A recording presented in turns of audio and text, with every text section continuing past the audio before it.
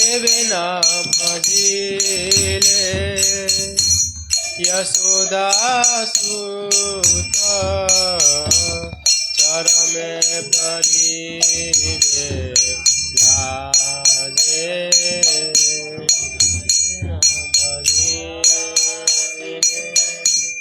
यशोदा सुता चरमे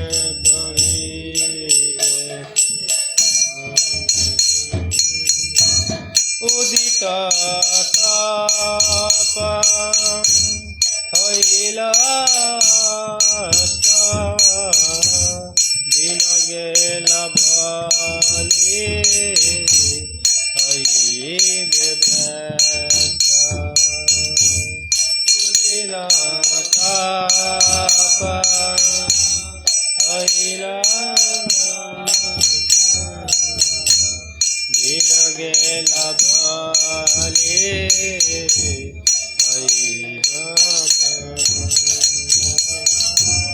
तबे केने आलसया न भजहि राजे केने आलसया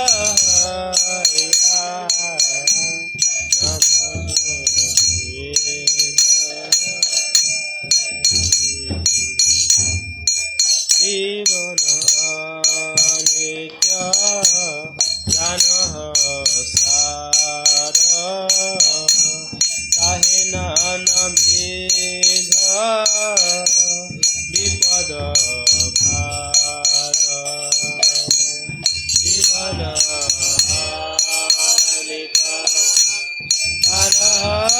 सार काहे नानाविध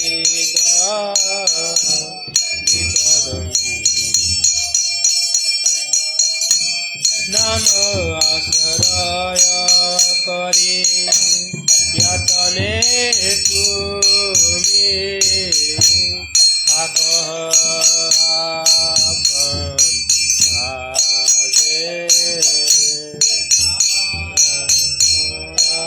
करी यतने तुमी थाकह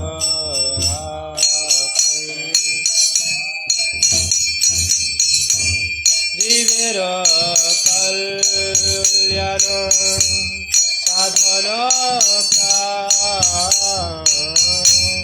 जगत आसिए मधुर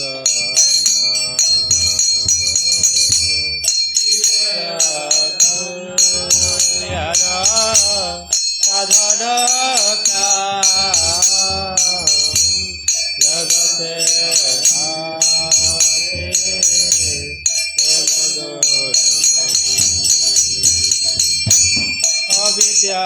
अविद्यातिमीर तपन रूपे हृदय गगने विराजे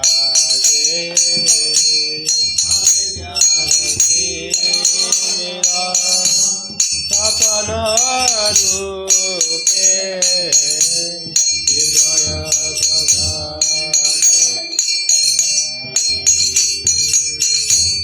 कृष्ण नाम सुधा करिया पान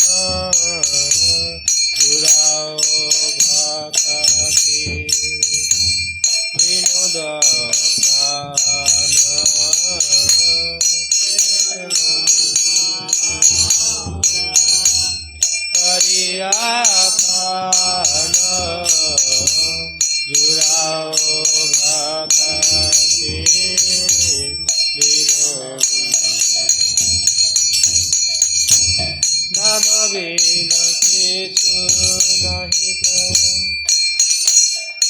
नाम बिना किछु नाहि प्यार 14 भुवन मागे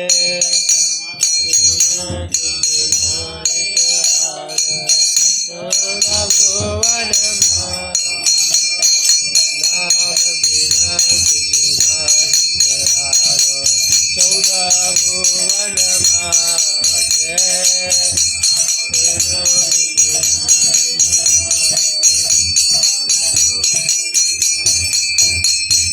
नाम बिना किछु नाहि प्यार 14 भुवन मागे किछु नाहि प्यार नाम बिना किछु नाहि प्यार 14 भुवन मागे किछु नाहि प्यार 14 भुवन हरे कृष्ण कृष्ण कृष्ण हरे हरे हरे राम राम राम हरे हरे हरे कृष्ण कृष्ण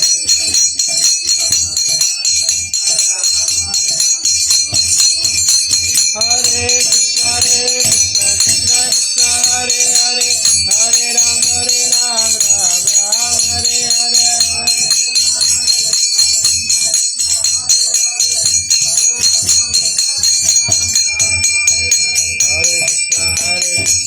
कृष्ण हरे हरे हरे राम राम हरे हरे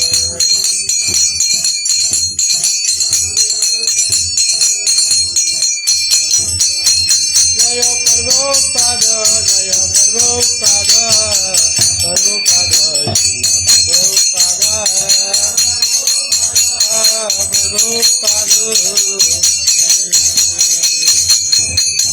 प्रभुपाद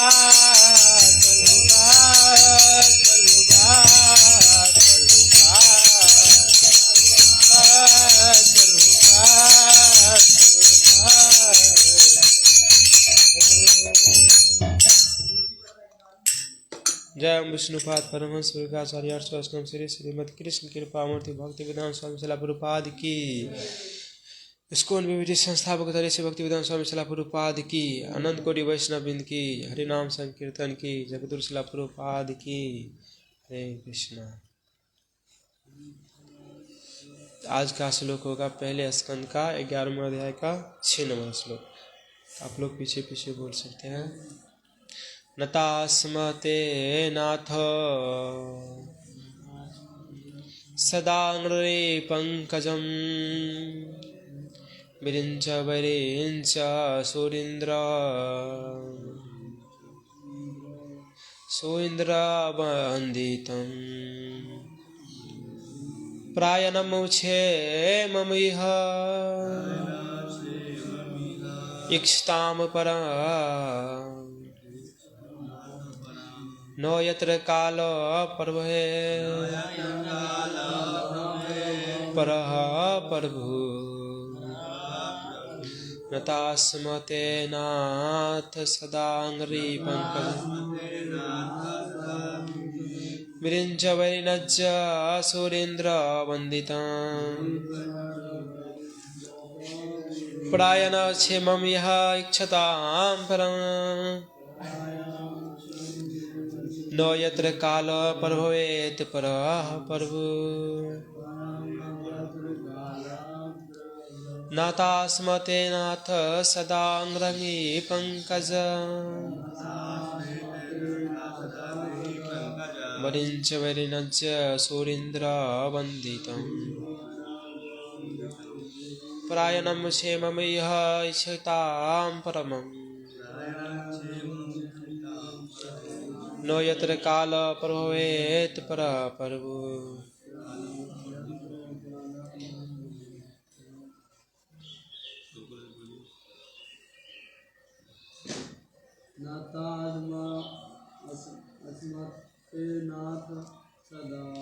नतास्मते नाथ सदांग्री पंकज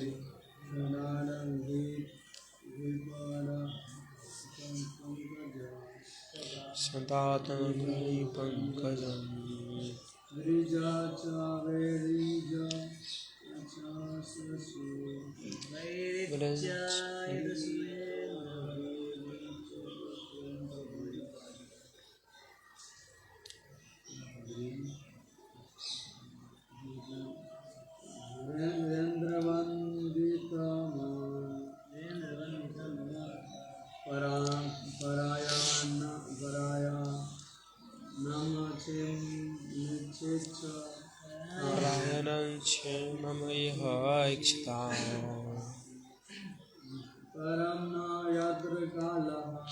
परम न यत्र काल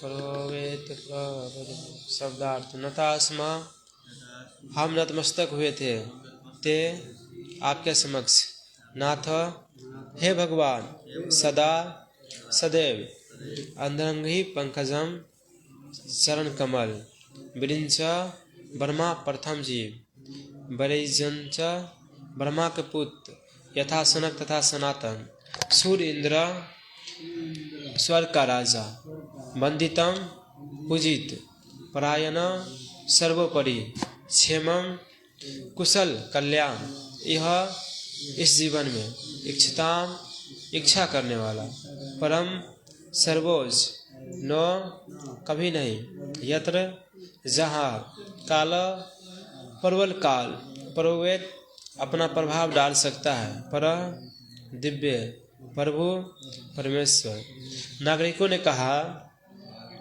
हे भगवान आप ब्रह्मा चारों कुमार तथा स्वर्ग के राजा जैसे समस्त देवताओं द्वारा भी पूजित है आप उन लोगों के परम आश्रय है जो जीवन का सर्वोच्च लाभ उठाने के लिए इच्छुक है आप परम दिव्य भगवान है और प्रबल काल भी आप पर अपना प्रभाव नहीं दिखा सकता।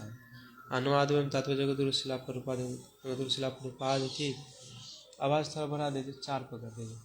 ओम अज्ञानतिमिरान्धस्य ज्ञानाञ्जना शलाकया चक्षुरुन्मीलितं तस्मै श्रीगुरुवे नमः। श्रीचैतन्यमनोभीष्टं स्थापितं येन भूतले स्वयं रूपं तदा मह्यं ददाति स्वपदान्तिकं वन्देऽहं श्रीयुतपदकमलं श्रीगुरून् वैष्णवांश्च श्रीरूपं साग्रजातं सगुणान्तं सद्गुरुं सावधूतं सावधूतं परिजन सहितं कृष्ण चैतन्य देव श्री राधा कृष्ण पादान श्री विशाखान्त हे कृष्ण करुणा सिंधु दीन बंधु जगतपते गोपेश गोपिका कांत राधा कांत नमस्तुते तप्त कांचन गौरांगी राधे वृंदावनेश्वरी विष्णु भानु सुते देवी प्रणमामि हरि प्रिय वाञ्छाकल्पतरुभ्यश्च कृपा सिंधु एव च पतितानां पावनेभ्यो वैष्णवेभ्यो नमो नमः।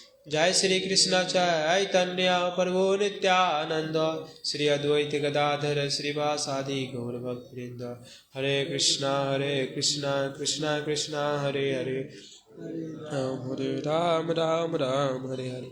नमो विष्णुपदाय कृष्ण पृष्ठाय भूतले श्रीमते गोपाल कृष्ण हरे कृष्णा। यहाँ आज का श्लोक में बताते हैं कि नागरिकों ने कहा हे भगवान आप ब्रह्मा चारों कुमार तथा स्वर्ग के राजा जो समस्त देवताओं द्वारा पूजित है। इन भगवान ब्रह्मा चारों कुमार जितने भी बड़े बड़े देवी देवता है सब द्वारा के भगवान पूजित है। अगर आप कृष्णा बुक पढ़ेंगे तो उसमें भी एक चैप्टर आता है जिसमें देवता द्वारा भगवान की स्तुति भगवान की मतलब स्तुति करते हैं। उसमें आप पढ़ेंगे तो कौन कौन देवता ब्रह्मा शिव जैसे बड़े बड़े देवता जाके भगवान का ग्लोरी करते हैं। आप उन लोगों के परम आश्रय है जो जीवन का सर्वोच्च लाभ उठाने के लिए इच्छुक है। सभी जीवों के भगवान परम आश्रय, उससे ऊपर का आश्रय कोई हो नहीं सकता है। छोटा मोटा आश्रय सब कोई हो सकता है कि आपको कोई खाना खिला रहा है, कोई आपको घर दे रहा है, लेकिन परम आश्रय जो सबसे ऊपर का आश्रय वो भगवान ही है। उससे बड़ा आश्रय कोई है नहीं, आश्रयदाता कोई है नहीं। जो जीवन का सर्वोच्च लाभ उठाने के लिए इच्छुक है, आप परम दिव्य भगवान है और प्रबल काल भी आप पर अपना प्रभाव नहीं डालता।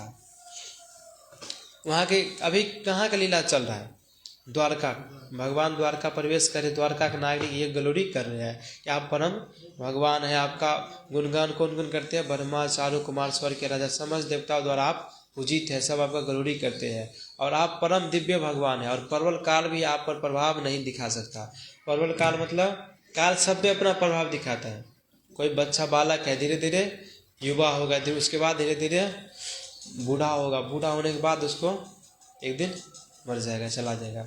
और उतना ही नहीं, जब तक जीवन रहता है तब तक भी काल का प्रभाव है। कभी वो खुश है, कभी वो दुखी है। कोई उसके लिए काल अच्छा है, कोई उसके लिए वही समय कभी बुरा आ जाता है। अलग अलग काल का प्रभाव चलता है, अलग अलग प्रकार का रोग से ग्रस्त हो सकते हैं, लेकिन भगवान के ये सब से कोई इफेक्ट नहीं पड़ता है। भगवान इस सबसे ऊपर है। और बता रहे कि काल का प्रभाव जैसे भगवान का आप देखें, कोई ऐसा पिक्चर नहीं देखेंगे जिसमें भगवान बूढ़ा है। कोई ऐसा दिखा? कोई नहीं दिखा है। लेकिन कोई भी इंसान को देखिए, कितना भी पॉपुलर हो बूढ़ा हो जाता है। सब कोई बूढ़ा हो जाएगा, लेकिन भगवान पे इसका प्रभाव नहीं पड़ता है। देवी देवता पे भी काल का प्रभाव पड़ता है। वो भी क्या होता है, एक दिन वो देवी देवता का पोस्ट उसको छोड़ना पड़ेगा, उसको भी वहाँ से गिरना पड़ेगा। लेकिन भगवान के साथ ऐसा नहीं है। तात्पर्य भी बताते हैं, भगवद्गीता, परम सीता तथा अन्य प्रमाणिक वैदिक साहित्य से इस बात की पुष्टि होती है कि श्री कृष्ण ही परम ईश्वर है। जैसे ब्रह्म संहिता में एक श्लोक आता है, उसमें क्या होता है, ईश्वर परम कृष्ण सच्चिदानंद विग्रह नादि राधे गोविंद सर्व कारण कारण। ईश्वर केवल परम ईश्वर कौन है? भगवान कृष्ण ही है, भगवान गोविंद ही है, जो समस्त कारणों के कारण है। न तो उनके समान कोई है, न उनसे कोई बढ़कर है। भगवान के समान भी कोई नहीं है, नहीं भगवान से कोई बढ़कर है। और यही सारे शास्त्रों का निर्णय है।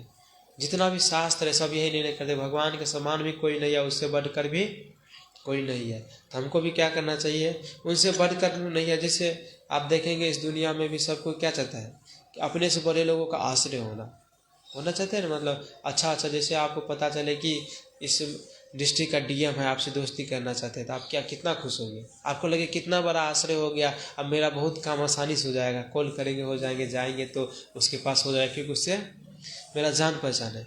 लेकिन यहाँ पे क्या है, सबसे बढ़कर, भगवान से बढ़कर कोई नहीं है। एक जिला का है, दूसरे जिला में आपका काम नहीं हो सकता है कि नहीं। एक राज्य में मतलब कितना जिला है, उस सब में आपका काम नहीं हो सकता है। लेकिन जैसे जैसे आप ऊपर जाएंगे, क्या उससे ऊपर आप देखेंगे तो राज्य का सीएम है। सीएम से जान पहचान हो गया तो आपका देश में पूरा काम सब जगह नहीं हो सकता। एक राज्य में हो सकता है आपका काम आसानी से हो जाए, लेकिन पूरा देश में आपका काम आसानी से नहीं हो सकता है।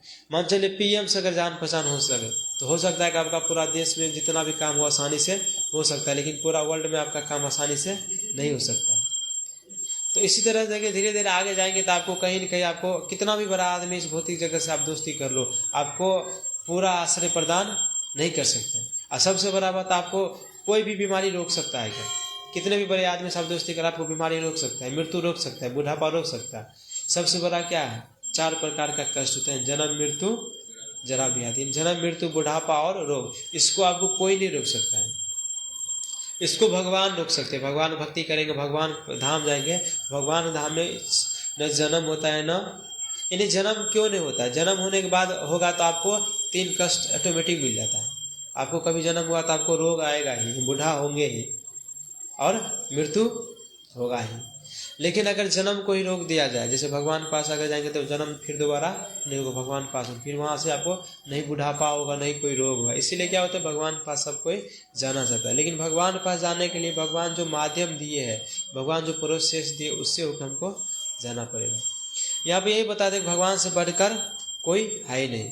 लेकिन हम लोग क्या करते हैं, भगवान को क्या करते हैं, ये मानव जीवन बहुत दुर्लभ है। जैसे बोलते हैं ना, मतलब 84 लाख यूनिक बात मिलती है। आज का वैष्णव सब यही था ना, ए मन दुर्लभ मानव देहे पाया की कर भावना के है। ऐसा मानव दुर्लभ मैंने प्राप्त किया यार, लेकिन मैंने क्या कर रहा है, हम क्या कर रहे हैं? अगर आप भगवान का भजन नहीं करेंगे, भगवान को नहीं भजेंगे, दान समय क्या होगा? ए बिना भजीले यशोदा सूत चरमे परिवेला जे। अगर आप यशोदा सूत, नंद जो सूत है, यशोदा सूत भगवान कृष्ण का अगर आप नहीं भजन करते तो जीवन के अंत में आपको क्या होगा? आप बहुत शर्मिंदा महसूस करेंगे कि मैंने पूरा जीवन व्यर्थ कर दिया। और हम लोग अभी क्या करते हैं, उदिल तपन हैला व्यस्त। मतलब जब क्या होता है, सूरज उगता है, हम लोग अपने काम में व्यस्त होते हैं। दिन गेले बली है व्यस्त। जब सूर्य आते हैं तो हम लोग क्या दिन निकलते हैं अपना काम में व्यस्त हो जाते हैं। कभी ध्यान पड़ता है कि भगवान का भक्ति करना चाहिए। अपना काम में, पढ़ाई का काम में, जॉब का काम में, जिसका जो काम है उसमें सब व्यस्त हो जाते हैं। तब के न एबे आलस है ना भजो हृदय राजे। हम लोग क्या आलस करते हैं किस में? बहुत आलस होता है भगवान को भक्ति करने में। जो हृदय का राजा है, हमारे हृदय का राजा कौन है? उसमें परमात्मा रहते हैं। सबके हृदय में जितना भी आपको जीव दिख रहा है, सबके हृदय में आत्मा और परमात्मा दोनों है। परमात्मा समझिए उतने बड़े हैं, वो आपके हृदय में रह रहे सबके, लेकिन उसको आप कभी भक्ति किए? उतने बड़े आदमी आपके पास रह रहा है लेकिन उसका कभी भक्ति किए? उतने बड़े आदमी से आपको दोस्ती करने का मौका मिल रहा है। अगर आप भगवान का नाम लेंगे, भगवान की भक्ति करेंगे तो भगवान से आप जुड़ेंगे, भगवान से दोस्ती करने का मौका मिल रहा है। लेकिन हम क्या दोस्ती कर रहे हैं? नहीं कर रहे। और क्या हमने, और इसमें देखेंगे लास्ट में क्या बताया था, नाम बिना किछु नाही कारो 14 भुवन माझे। श्री श्री राधा श्याम भगवान की जय, कृष्ण बलराम की जय, गौर निताई की जय, जगतगुरु श्रील प्रभुपाद की जय। नाम बिना किछु नाहिक आरो 14 भुवन माझे। 14 भुवन में नाम से बड़ा कुछ चीज नहीं है, लेकिन हमने 14 भुवन में क्या बना दिया कि सोचे IAS बन जाएंगे, डॉक्टर बन जाएंगे, इंजीनियर बन जाएंगे, ये सबसे बड़ा पोस्ट है, ये सबसे बड़ा पोस्ट है, ITN सबसे बड़ा पोस्ट है। लेकिन क्या है? भक्ति विनोद ठाकुर बोलते हैं जिसको मतलब पूरा ब्रह्मांड का ज्ञान पता है कि कहाँ पर कौन बेस्ट चीज़ है। जैसे आप किस तुलना पर आप बोलेंगे कि IAS सबसे अच्छा है? इस पृथ्वी लोक की तुलना बोलेंगे, भारत की तुलना बोलेंगे। आप अगर वर्ल्ड में जाएंगे तो कुछ और बड़ा हो सकता है, कोई जब और बड़ा हो सकता है। लेकिन जो पूरा ब्रह्मांड की तुलना कर लिया है, भौतिक स्पिरिचुअल दोनों जगह से अवगत है, वो क्या बोल रहे हैं? नाम बिना किछु नाहिक आरो 14 भुवन माझे। 14 भुवन छानबुन मान लिया। 14 भुवन है, पृथ्वी स्वर्ग लोग ऐसे ब्रह्म लोग, सब लोग देखे ना नीचे से ऊपर तक का 14 भुवन है। सब लोग में छानबीन माने, नाम के बिना और कुछ नहीं है। इसीलिए हमको क्या करना है? नाम का आश्रय करना चाहिए। हमेशा आप जप करना, कम से कम 16 माला करना चाहिए। नहीं होता धीरे धीरे स्टार्ट करके 16 माला तक पहुंचना चाहिए। और क्या करना चाहिए? और कोई भी काम करते रहे, जॉब करते रहे, साइकिल चलाते रहे, कहीं जाते रहे, नाम चलते रहना चाहिए। क्या? हरे कृष्णा कृष्णा कृष्णा हरे हरे, हरे राम राम राम हरे हरे। नाम आश्रय करी यतने तुमी थाक आपन काजे। नाम का आश्रय कर लीजिए। आश्रय क्या है? बेस नाम बना लीजिए। आप कोई भी काम करिए, पढ़ रहे हैं, कीर्तन चला सकते हैं। प्रभुपाद जी का कीर्तन साइड में चल रहा है, पढ़ रहे हैं। एक टीचर्स भी शोध करके बताए थे कि अगर आप कीर्तन साइड में चला देते हो और उसके बाद आप पढ़ते हो तो आपका डिस्ट्रैक्शन पहले की तुलना कम होगा, फोकस लेवल बढ़ जाएगा। तो बहुत ही फायदा करता है।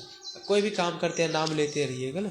नाम आश्रय करी यतने तुमी थाको हो आपन काज। नाम का आश्रय कर लीजिए। और क्या करना है? अपना काम करते रहिए। उससे क्या होगा? हमको भगवान भी प्रसन्न होंगे। इसलिए भगवान की तुलना में कोई नहीं है। जो सारे जीव जो परमेश्वर के अंश रूप है और उन पर आश्रित है, उन पर देश काल का प्रभाव पड़ता है। सारे जीव जो परमेश्वर के अंश रूप है, उन पर आश्रित है, उन पर देश काल का प्रभाव पड़ता है। सारे जीव अधिनिष्ठ ब्रह्म है और परमेश्वर परम अधिष्ठा है। जैसे इस सुस्पष्ट तथ्य को भूल जाते हैं हम, तत्काल मोहग्रस्त हो जाते हैं और तीनों तापों से उसी तरह ग्रस्त हो जाते हैं जिस प्रकार किसी को सघन अंधकार में रखा गया हो। अगर हम भगवान को भूल जाते हैं तो तीनों ताप हम पे अटैक कर देता है। 3 ताप कौन कौन है? आध्यात्मिक, अधिभौतिक और अधिदैविक, 3 प्रकार का ताप है।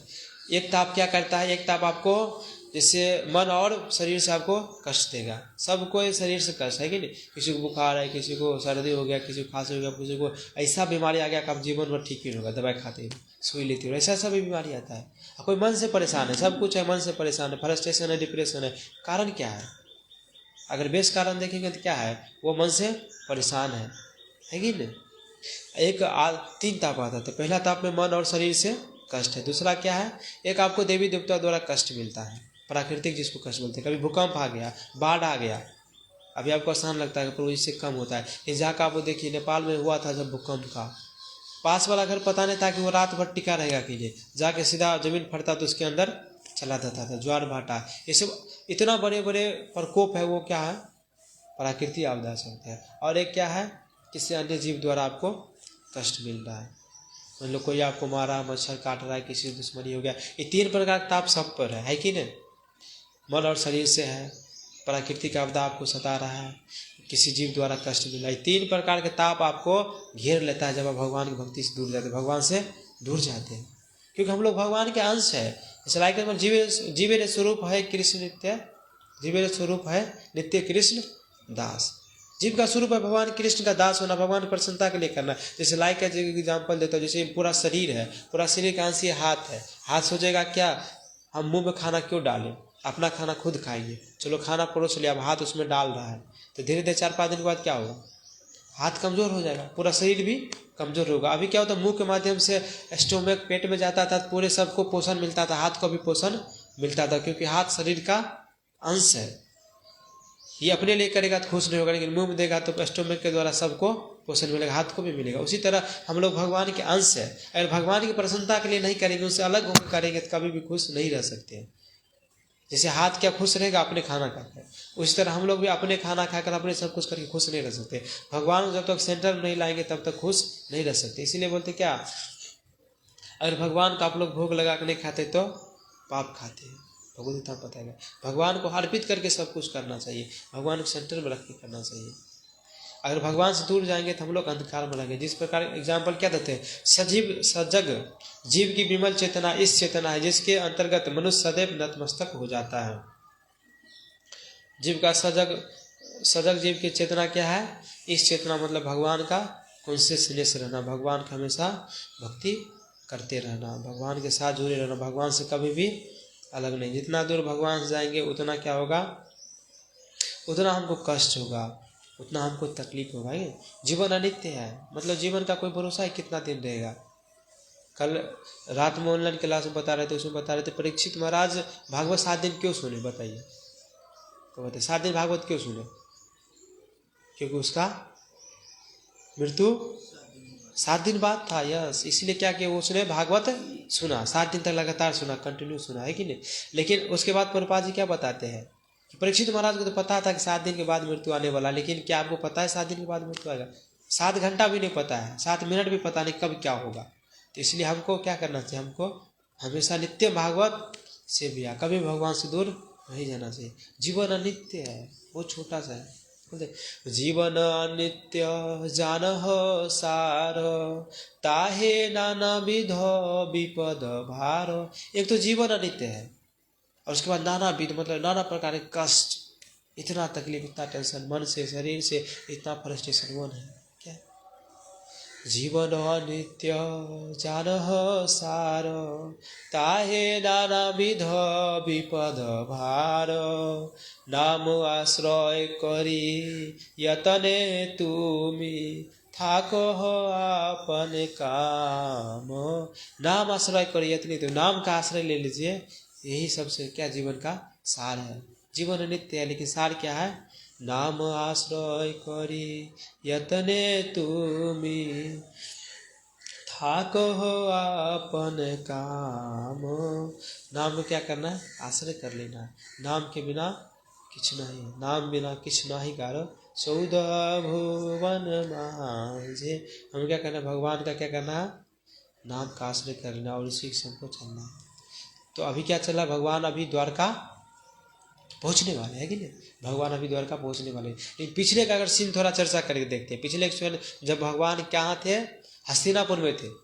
हस्तिनापुर में थे तो कहाँ के लिए निकले थे, प्रस्थान किए थे, द्वारका के लिए प्रस्थान किए थे। तो महाराज के महाराज युधिष्ठिर था, उसके राज का थोड़ा गलोरी करते, उसके राज में क्या क्या था।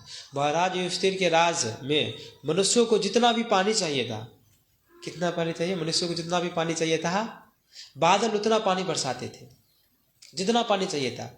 अभी आप इमेजिन करो कि पहले आप, चलो आपको मैं 200 साल पीछे ले जाता हूँ, क्या हैंडपम्प था, फसल नहीं हो रहा था क्या, पहले से हेल्दी फसल था कि कम हेल्दी था, आप बताओ।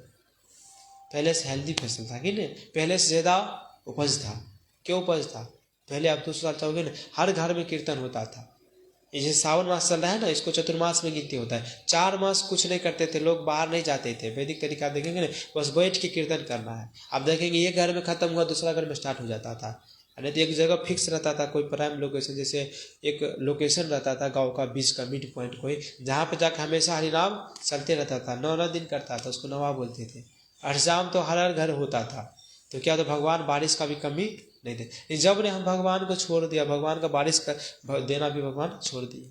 बहुत ऐसा स्टोरी आता है जहाँ पे क्या बारिश नहीं होता, बंजर भूमि था, लेकिन प्रभुपाद जी जाके कीर्तन के वहाँ बारिश होना शुरू हो गया। तो क्या महाराज युधिष्ठिर के राज में मनुष्य को जितना पानी चाहिए था, बादल उतना पानी बरसाते थे। शुरू में जब पानी बोतल में भर के बेचा जा रहा था तो सब उसका मजाक हो रहा है कि भारत में कौन पानी पिए चलेगा, जगह जगह पानी है, जिसके यहाँ मन है चला लो पानी पी लो। लेकिन बताइए आज पानी कितना बिक रहा है।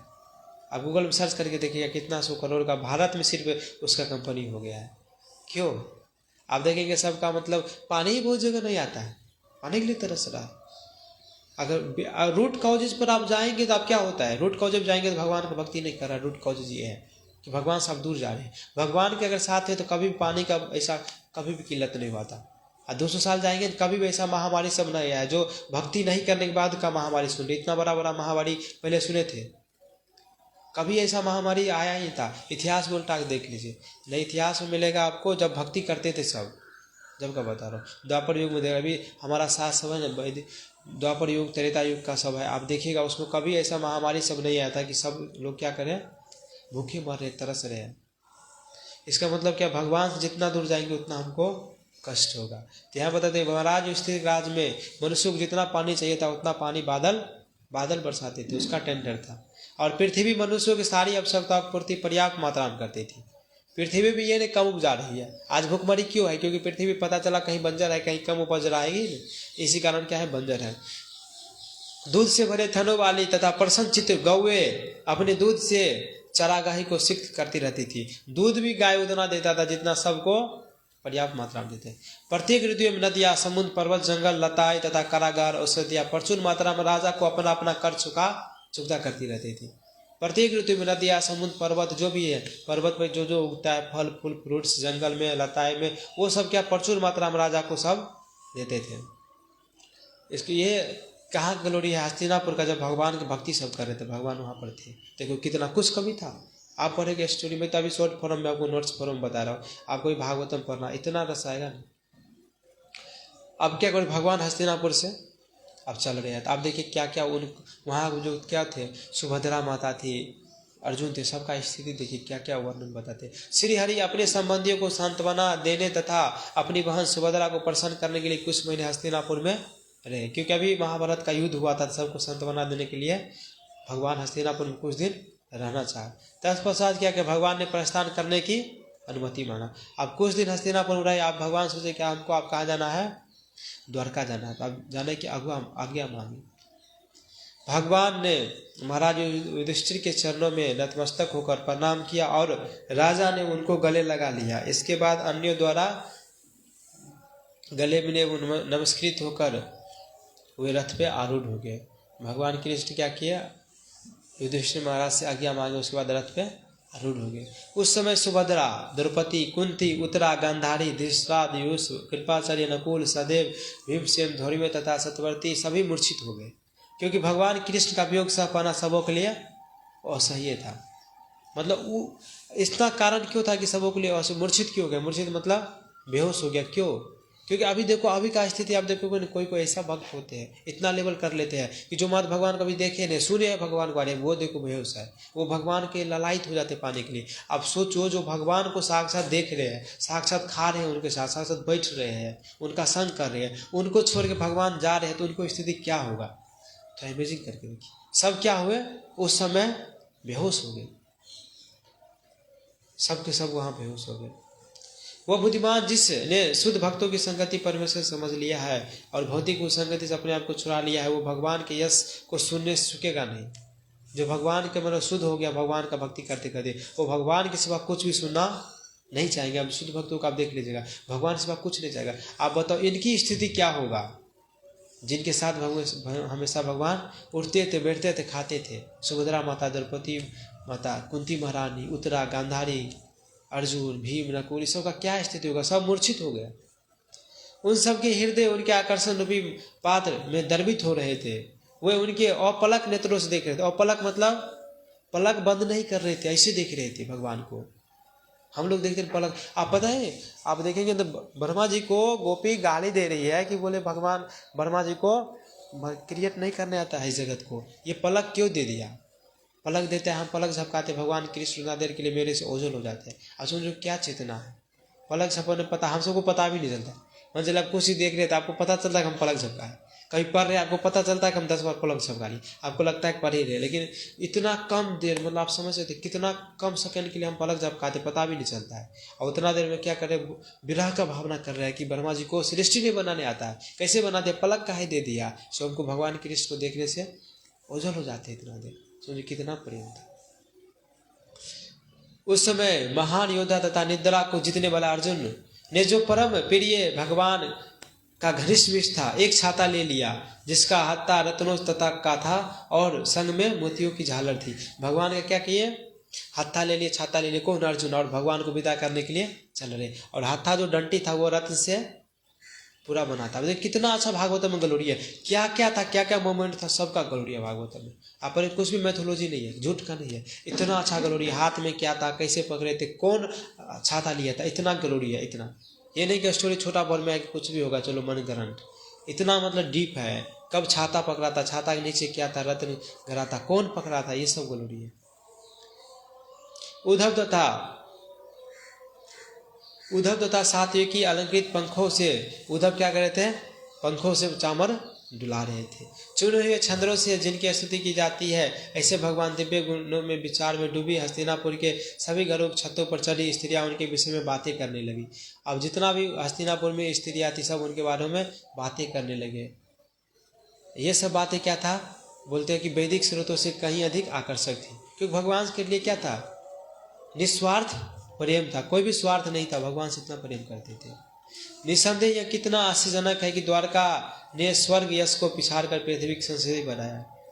अभी जो द्वारका पृथ्वी पर आया, इस स्वर्ग लोग को भी पीछा कर दिया, क्योंकि आप देखेंगे ना द्वारका में क्या इतना ऐश्वर्य था, जहाँ पे स्वर्ग में कुछ नहीं, फूका है। पृथ्वी लोग को क्या किया, ऐश्वर्य को बढ़ा दिया है, जबकि पृथ्वी से ज्यादा ऐश्वर्य कौन है, स्वर्ग है कि नहीं, पृथ्वी से कई गुना ज्यादा ऐश्वर्य स्वर्ग है। लेकिन भगवान आए तो द्वारका को भी साथ में लाए, तो द्वारका धाम का इतना ऐश्वर्य है कि स्वर्ग लोग बहुत पीछा रह गया।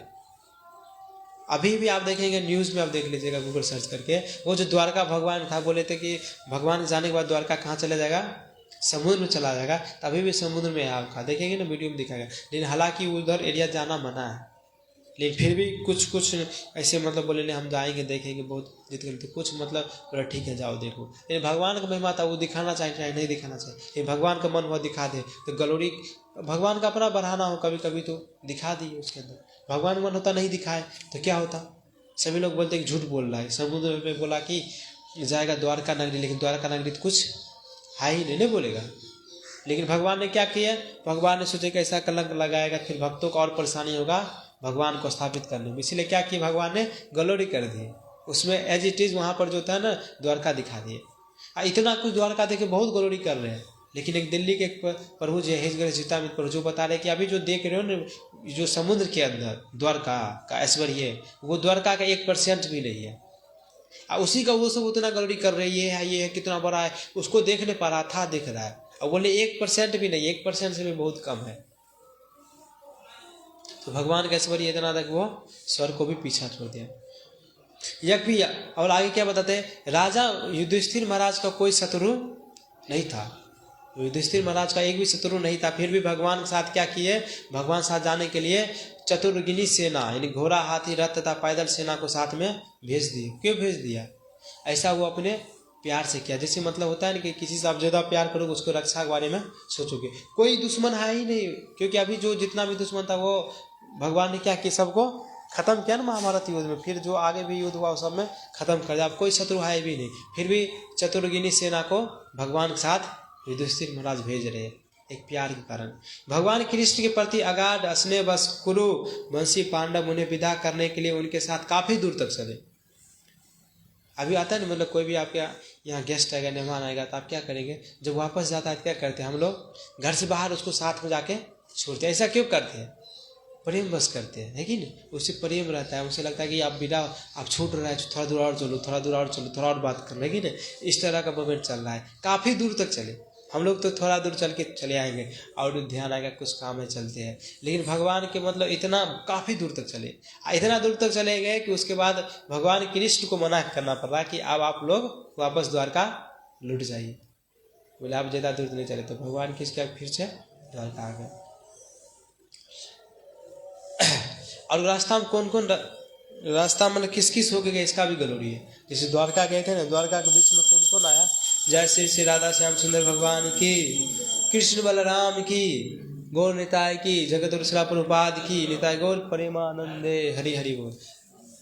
अभी जो मथुरा हस्तिनापुर से कहाँ जा रहा है, द्वारका जा रहा है। तो आपको पूछ सकता है कि प्रभु जी द्वारका कौन रास्ता से गए होंगे, कभी क्वेश्चन आ सकता है ना कि किस होके गए होंगे, उड़ के तो नहीं गए होंगे या कुछ रास्ता होगा। तो देखिए इतना भागवतम गलोड़ी दिया कि रास्ता तक का नाम दिया है, कहाँ कहाँ से। और इतना ही नहीं दिया, और ये भी दिया है कि रास्ते में जहाँ शाम पड़ जाता था वहाँ रुकता था। और ये एक महिमा है भगवान का कि जिस ओर से जाते थे वहाँ के जो रास्ते में मिलता था, जितना भी नागरिक मिलता था, सब भगवान का आरती करते थे, दर्शन करते थे, भगवान का गलोरी करते थे, भगवान की महिमा बढ़ाते थे। सब क्या सब भी पुण्यवान थे जो भगवान का दर्शन कर सके।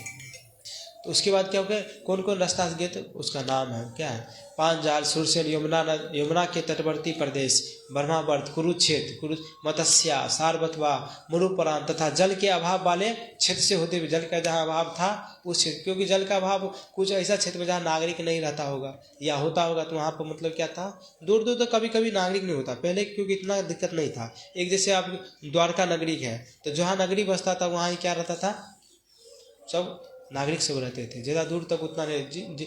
अलग अलग पहले, अभी भी देखिए कितना खाली मरुस्थल है कि नहीं। पहले का भी क्या था, इस तरह के कई सारा खाली स्थान थे।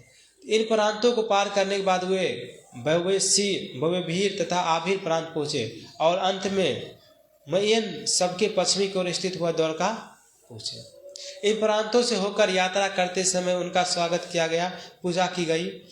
इन जो रास्ते में आया था, हस्तिनापुर से द्वारका चलने के बीच में जो भी नगर ग्राम जो भी आया था, वहाँ पे क्या भगवान का स्वागत किया गया। अब समझिए कितना भाग्यशाली वो होगा। अब भगवान का ये प्लान था कि भगवान किस रूप जाएंगे। जैसे इस्कॉन दरभंगा यहाँ है, तो भगवान का प्लान था कि हम कहाँ जाए, कहाँ मेरा भक्त वेट कर रहे हैं, कहाँ मेरा भक्त ज़्यादा है तब आते हैं। अपने मन से नहीं आते, बाई चांस से नहीं होता है। तो भगवान ये डिसाइड किया किस होकर जाना है। अब देखिए जिस ओर जा रहे भगवान का भक्त, उनका क्या कर रहे हैं, स्वागत कर रहे हैं, पूजा कर रहे हैं और विविध भेंटें प्रदान कर रहे हैं। कोई किसी को पूजा कब कर सकता है, जब उसका पहले से पूजा भक्ति करता हो, उसके बारे में जानता हो, है कि नहीं, उसके बारे में ख्याल करता हो। कभी आए ऑटोमेटिक आप किसी घर पर जाएंगे तो आपको पूजा कर देगा, आपको कुछ भेंट देगा, नहीं देगा जब तक आपको कोई जानता नहीं हो, या आपको कोई अच्छा जानता हो या सोचता हो तो वो बड़े आदमी हैं, कभी मेरे पास आएंगे, वो अच्छे हैं, तो जानते थे और भगवान की पूजा करते थे, भगवान का वेट करते थे। तो रास्ता में भगवान क्या सब पूजा किए, भेंटें चढ़ाए।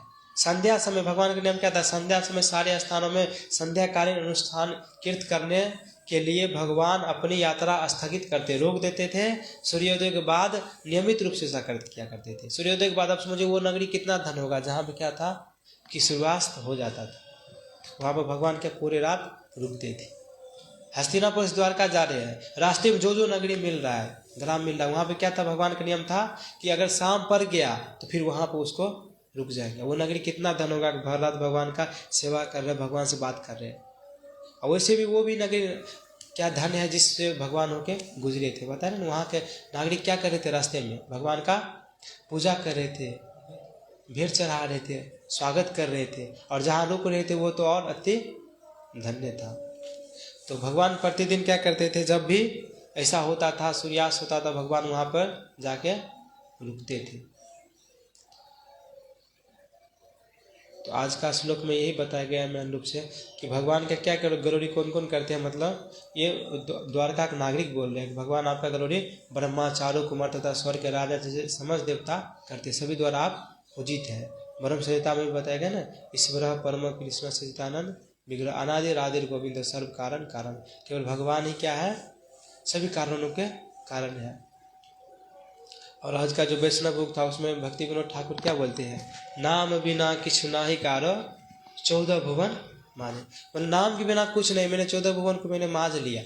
समझ, जैसे आपने कोई आगे अभी क्या बताएगा, मतलब सबसे बड़ा चीज़ क्या है। सपोर्ट आपको अभी एग्जाम्पल देते हैं ना कि कोई बोलेगा IAS का एग्जाम सबसे बड़ा है, IIT का एग्जाम सबसे बड़ा है। ये किस लेवल बता रहे हैं, वो इंडिया के लेवल बता रहे हैं। लेकिन आप वर्ल्ड के लेवल पर देखेंगे तो कोई और एग्जाम सबसे बड़ा हो सकता है। तो आप अल्टीमेटली देखेंगे तो पृथ्वी से ज़्यादा ऊपर की बात सब ज़्यादा नहीं करते हैं। लेकिन आप बोलते ऐसा कोई व्यक्ति, ऐसा आचार्य जो सब कुछ जानता है, भौतिक जगत और आध्यात्मिक जगत सबको जानता है, वो क्या बता रहे हैं, नाम बिना किछु नाही करारो 14 भुवन माझे। नाम बिना कुछ नहीं। मैंने 14 भुवन को मैंने मांझ लिया, छानबीन में लिया। नाम के बिना कुछ नहीं। इसीलिए क्या है, हमेशा क्या भगवान का नाम लेते रहे। कोई भी काम करते रहे, भगवान का नाम लेते रहे। भगवान का नाम ही क्या है, सार है। जीवन अनित्य जानह सार, ताहे नाना विध विपद भार।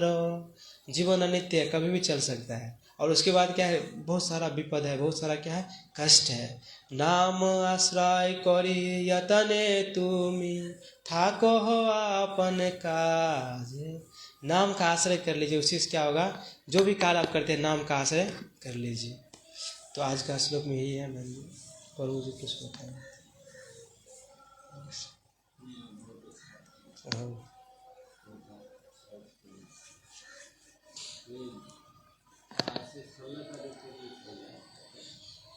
क्या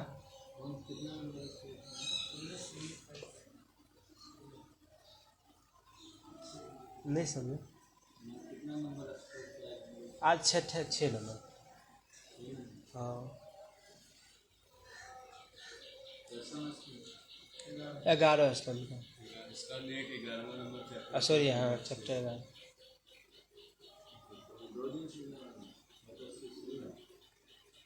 14-16 क्या, हाँ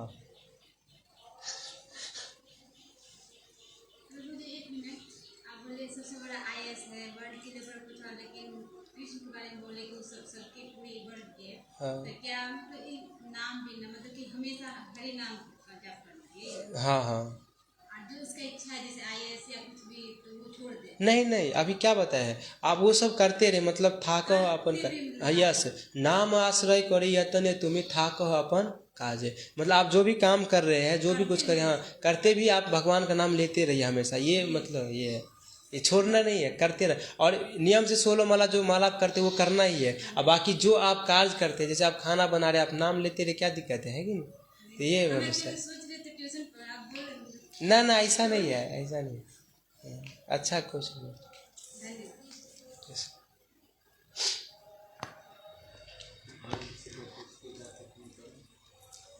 बोलो बोलो, लाइव बंद करना।